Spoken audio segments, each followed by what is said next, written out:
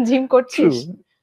এখন কন্টিনিউ করা তো এত সম্ভব না, আচ্ছা। রেগুলার জিম কিন্তু করা আসলে। টার্গেট আছে সিক্স প্যাক বানানো? ইজ দ্যাট ইওর লাইক তুই না, কি চাস? আমি আসলে ফিট থাকতে চাই সবসময়। ওকে। কিন্তু আমার কখনোই এরকম কোনো প্রবণতা নেই যে আমার আসলে সিক্স প্যাক লাগবেই। এটা আচ্ছা। কি শো অফ করব না করব, কারণ আমি সবসময় পাঞ্জাবির নিচেই থাকি আসলে নরমালি। সো আর তো আমার বলে দিয়েছিস বোল্ড ফটোশুটও করতে চাস না। না, আমার এগুলা নিয়ে কোনো মাথা ব্যথা নেই। But but you want to হ্যাঁ, বি ফিট অবভিয়াসলি। আমি ফিট থাকতে যতটুকু আমার করা উচিত অতটুকুই আমি করি আলহামদুলিল্লাহ। বেশ। কত বছর বয়সে প্রথম প্রেম করেছিস? এইটা 20, 21 2021 হ্যাঁ, মানে কলেজ নাকি university? University, university. Oh university. Really? খুব ভদ্র ছিলি স্কুল কলেজে থাকতে? আমি নাকি দুষ্টু ছিলি? আমি এতটা ভদ্র, আর আমি জানি না তুই বিলিভ করবি কিনা, আমি এতটা ইনোসেন্ট আর এতটা ভদ্র ছিলাম।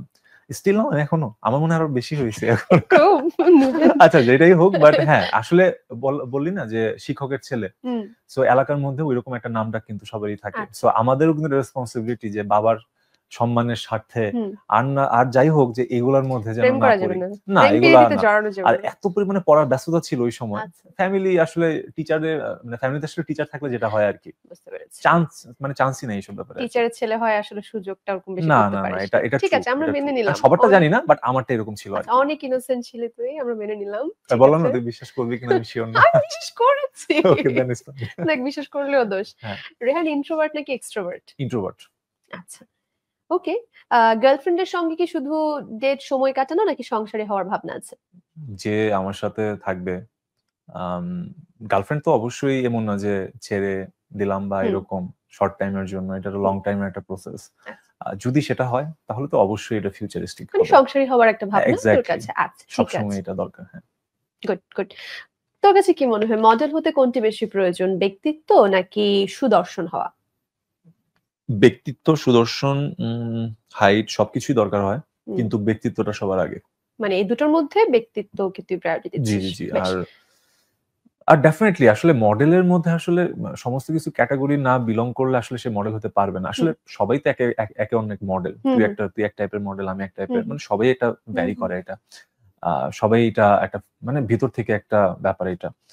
বাট হ্যাঁ, ব্যক্তিত্বটা সবথেকে বেশি ইম্পোর্টেন্ট। জরুরি। হুম, তারপরে যদি যখন ক্লথিং এর কাপড়গুলা পরি বা ওনার হাইট ফিট এর একটা হুম, হুম। দরকার থাকে।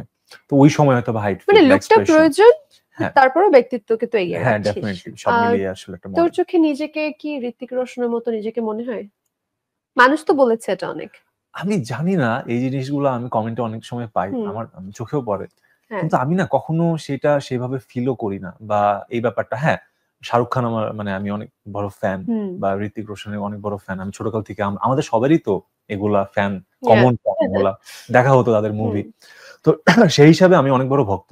হুম। কিন্তু আসলে ঋত্বিককে বা ঋত্বিক মানে তোর রোশনকে চোখ দেখে একটু ঋত্বিকের মতো বলা। অনেকে তো বলে তোর লুকটা কিছুটা ঋত্বিকের মতো। তোর এরকম মনে হয়নি আয়নায় দেখে? দেখিসনি? আমি আসলে না আয়না দেখতে হবে, নিজেকে কার মতো লাগতেছে, আমি আদৌ কতটুকু কি এইগুলা না আমি ভাবিই না কখনো।